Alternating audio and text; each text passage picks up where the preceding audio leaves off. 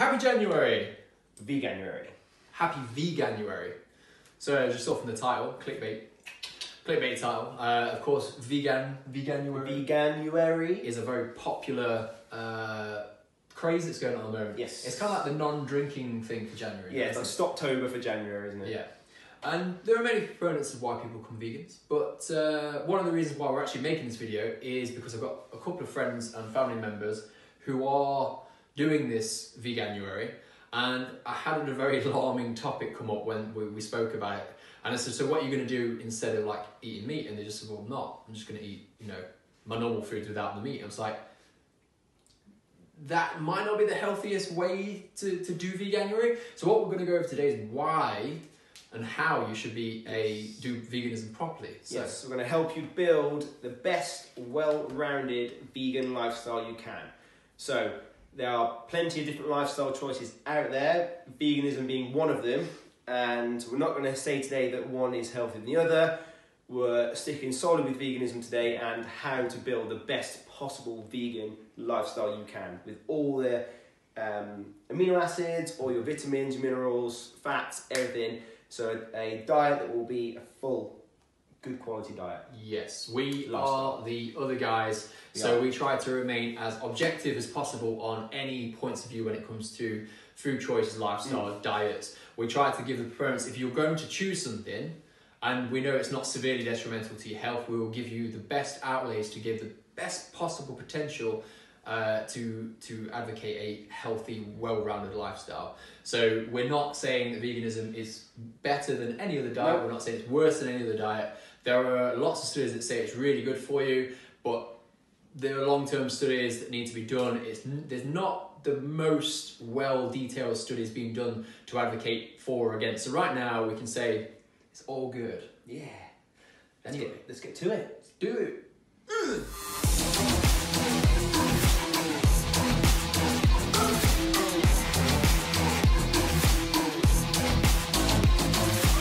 What even is vegan? So we have a vegan lifestyle is not just about your food choices, it is an overall lifestyle. So Johnny's got an extract from a book called Becoming Vegan, which he's going to kindly read to us directly from the book so he doesn't get it wrong. Yes, I don't want to butcher it. So, pun intended. The abstinence from animal products, harmlessness with reverence for life, integrity of thought, word and deed, mastery over oneself, service to humanity, nature and creation, and advancements of understanding and truth. And advancements in understanding and truth is the main point we're driving home today. We are not saying that every bit of information right now in the scientific community is correct. There are still many, many fine details that people can brush over, take away, have biased opinions of, and make their own analysis up. So right now, there isn't enough basis of evidence to say for or against veganism. We're just trying to give out the best potential evidence right now, which still needs a lot of work. Yeah, so the research we have available of what we've read, and we've looked into this for you. Again, it's the purpose of our channel. We find the information, we condense it, and we deliver it in a fun, digestible format. So, 215 studies. 215 studies. To be particular. And one of the problems is with vegan studies is there's no funding in it. So the issue being that anyone that does fund it usually has a biased outlook or a biased outcome to prove that veganism is the healthier diet. Maybe they've got their own personal reasons why they've done that study. It could be due to financial reasons, it could be due to their own health reasons, but each individual has a healthy version of what they prefer. So typically right now you'd find either a documentary or research on why meat eating is great and veganism isn't, or a documentary or study on veganism funded by a vegan for whatever agenda that says vegan is the best, everyone should stop eating meat. Yeah. And it's very hard to find a comprehensive study on the effects of plant or omnivore diet, basically, isn't it, of a well-rounded full diet. Yeah, and there are also issues with studies on omnivores as well. But we'll go into that in a later topic down the line. But basically, that's what veganism is. It's adapting a lifestyle of trying to not harm anything to the environment, animals or otherwise.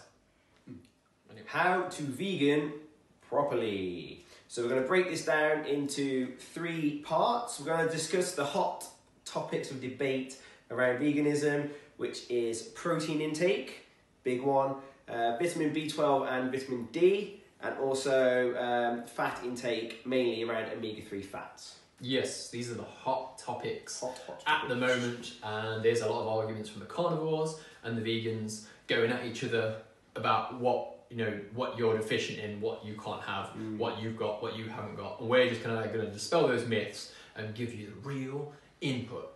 Yeah, boy. Whee!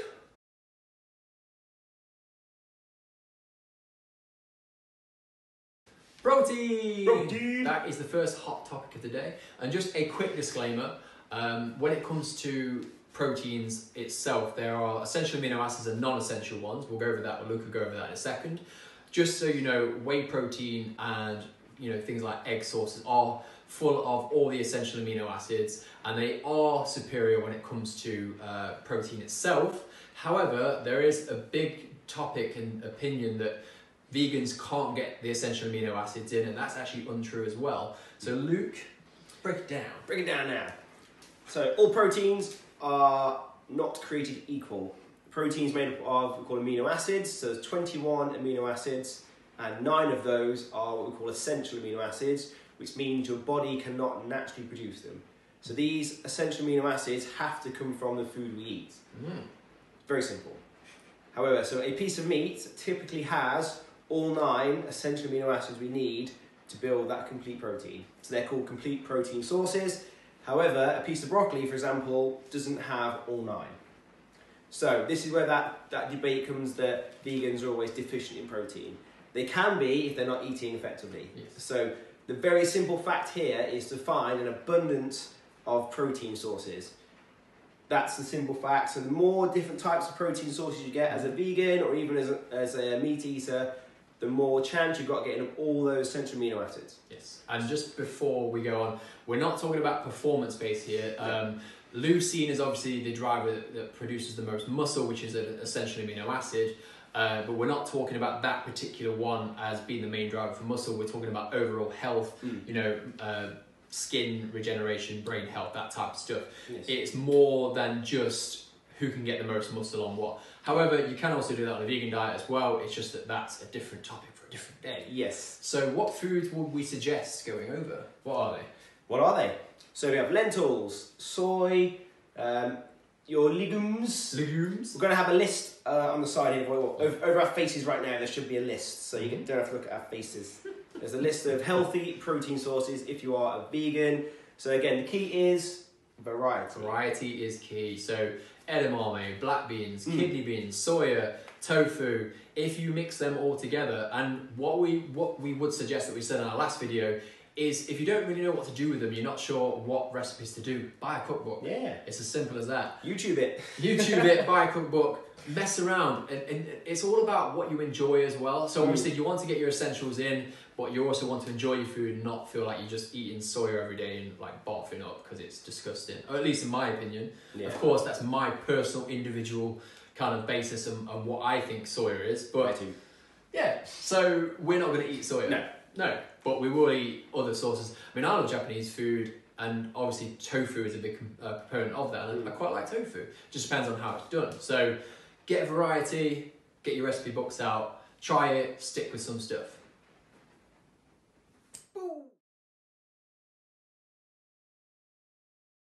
Vitamins. Vitamin. So we're going to cover vitamin B12 to start with, which is responsible for cell growth and remaining with a healthy nervous system.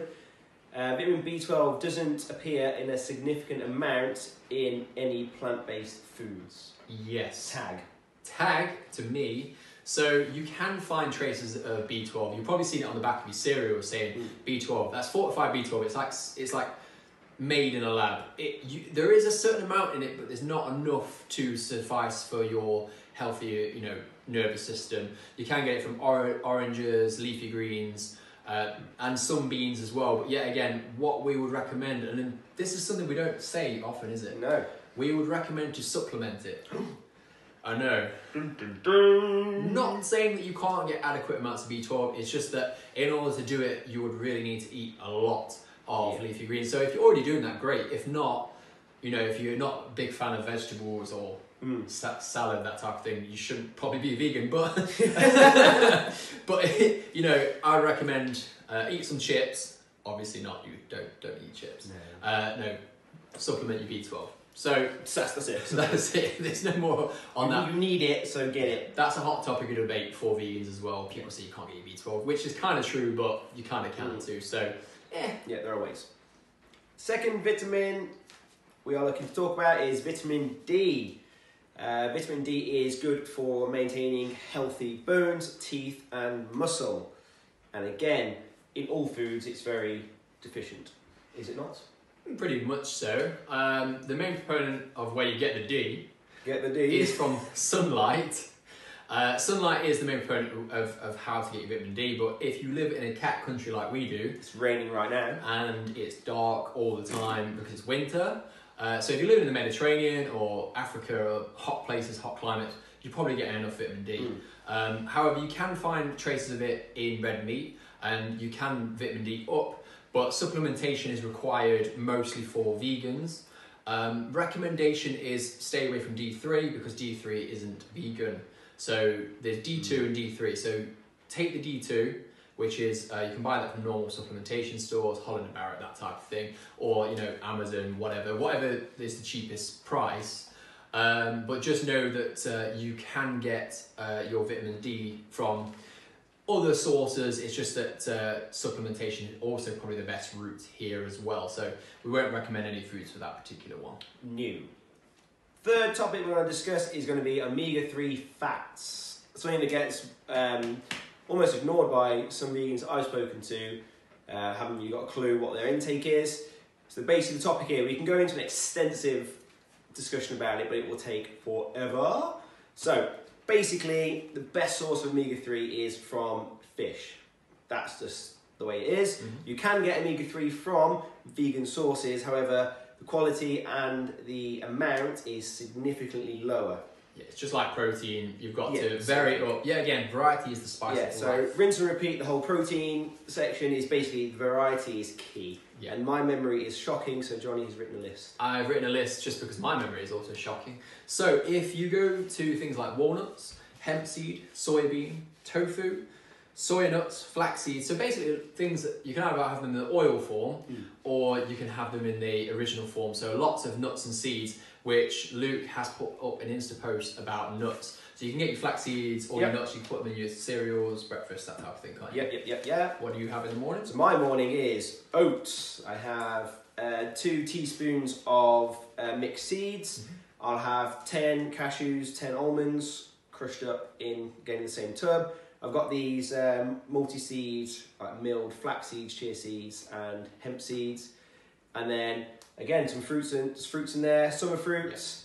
And if I'm feeling a bit frisky, a bit of cacao powder in there, just to get the taste in. Yeah. So, and again, because I'm not vegan, I put a bit of Greek yogurt in there as well. Yeah. And milk. But again, just put some soy in there, soy milk. Yeah, and we're flexitarians, so we do mix it up. We're not always one for doing that. But just a side note, fats don't make you fat.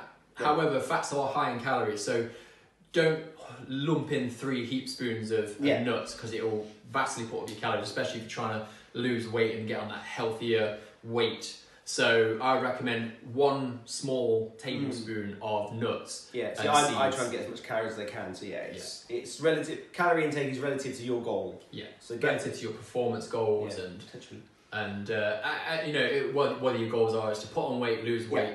For performance, it's all different. So relatate it to your goal. I'm using that word. It's a new word. It's a new word. Relatate. Heard it here first. It's going to be in the dictionary. Bootylicious is in the dictionary, so why not relatate? Sounds like a word. Bye. So we've discussed vitamins and proteins. We're going to quickly touch on obesity, an epidemic that's gripped the world. Western world. The Western world, typically in the last, 20, 30 years. and how vegans typically are at a healthier weight than people that eat meat, and the reasons behind that and how it's sort of been misconstrued to a vegan diet being the healthier option. Yes, so many studies are being put into place where it's showing vegans are generally healthier than omnivores, which is people who eat meat and anything else. So anything in sight, basically. Like us, or flexitarians, we like to mix it up. So one of the reasons why it might show that vegans generally are healthier, first and foremost, plant-based foods are usually very low in calorie and very high in nutritional value. So lots of salad, lots of leafy things. You can eat mass amounts of them and still lose weight because you're in a calorie deficit, which is the main reason and the main proponent for losing weight, isn't it?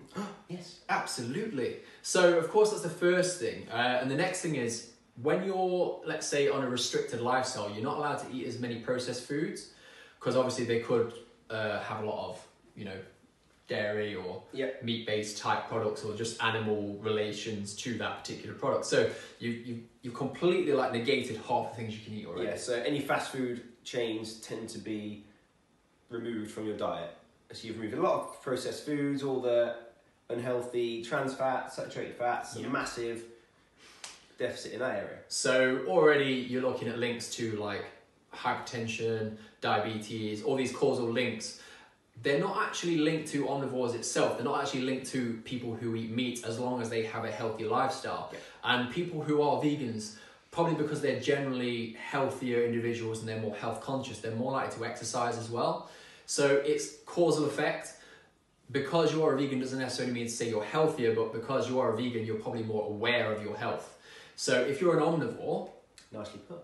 No, first time ever. First time for everything, isn't it? You sit down. I need to do about 16 takes before I come up with something like that. Anyway, what was I?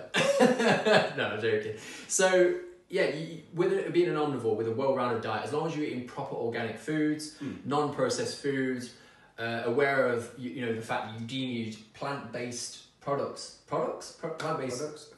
foods in your diet. So if you are taking on the lifestyle as I need to be a plant-based eater, that would be the best way to look at it. So you're more of a plant-based eater with a little bit of meat. Yeah, so every single meal I have, every single day, will have some form of fruit or veg. That's just a given. I take in 8 to 10 portions of fruit or veg every single day, because I know they're very good for my health.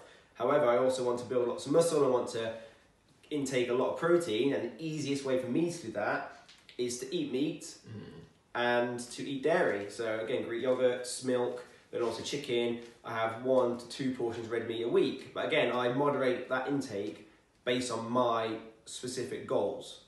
Yeah. Which is what we're trying to get at. Just because you are vegan doesn't necessarily mean veganism is the healthiest diet out there. The healthiest diet is one that's moderated and has all the vitamins, minerals, amino acids you need to achieve your goals and maintain a healthy body. Yeah, and actually to touch on that whilst we were... That's a good saying, bro, good saying. To touch on that, while we're going over that, we're going to briefly talk about the game changers. Bonus round. I think the thing is with game changers, the premise was consume less meat and you can have a vegan lifestyle, and you can do both. You can either be a vegan or you can be a vegetarian or you can be a meat eater, but just be more aware of your food choices. I think that was the premise of the story, but blown out of context. It did get blown out of context. I think it had a more biased view towards veganism itself. We're not saying that again that veganism is a bad lifestyle at all. I know that I could live off a vegan lifestyle if I wanted to. It's just that our intestines, our large, small intestines, are built up differently from other animals. So there's that thing that they said about, I'm strong as an ox. For instance, the cow has 4 stomachs. We have 1. Our intestines are different. Large and small are different to a cow's. So therefore, we can eat different types of food. If you ever gave a dog some chocolate, what do you think would happen? And then you talk about the canine teeth, for instance. Penguins don't have any teeth at all, but yet they eat fish. We have tools, so we can get all of our foods cooked which makes food more nutritious. That's not just meat, but that's legumes, that's lentils, that's all types of things you cook, and it makes the food more nutrient dense. Hence the reason why our brains grew twice the size over a period of time, because we became smarter and we could use tools. Mind blown, guys. Game changed. Yes. Game's been changed. So, if you look at it overall, being a vegan healthy, being an omnivore healthy. Yes. We're just trying to make everyone as Open healthy your as possible. mind. Yes. Anything more to add on that, bro? No, I think we've absolutely nailed it. Nailed it. Literally, like, knocked it out of the park. But if you do have any comments, or if you've got any opinions or thoughts of, you know, you think we're wrong, or you think there's stuff we can add, by all means, share that with us, because we're open to a debate, we're open to interpretations of people's lifestyle, and we would like to know more about your lifestyle so we can get about our outlook as well. Indeed. Yes. If you liked what you saw today, you agree or disagree, please subscribe to the channel and help us grow our community so we can reach more people, and make sure you share this video around. If you agree with it or disagree. If you disagree, share it to your mates so they can slag us off. Brilliant. If you agree, share it to your mates so they can take in a bit more insight into how to eat as a healthy vegan. Yes, let's take a more neutral approach. Let's try not to be argumentative, because no one wins in an argument. We all just take our own sides. Yes. We all get put on our own standpoints. That's why we're trying to be as neutral as possible. We are the other guys.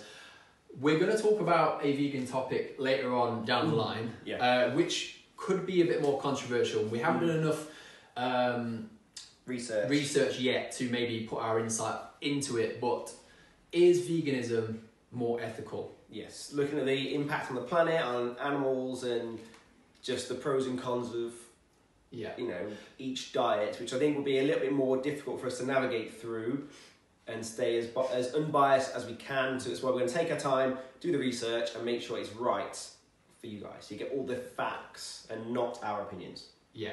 And just remember at the start of the video, the whole point of veganism.